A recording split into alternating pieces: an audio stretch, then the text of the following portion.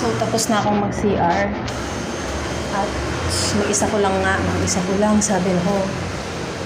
Oh, anong nangyari sa 3 a.m.? Alam niyo ba kung bakit ako nag-video ng 3 a.m.? Kasi mag-ghost hunting tayo, guys. Ghost, lumabas ka, ghost. Sabi daw, lumalabas ka ng alas 3. Nasaan ka? Nasaan ka ngayon?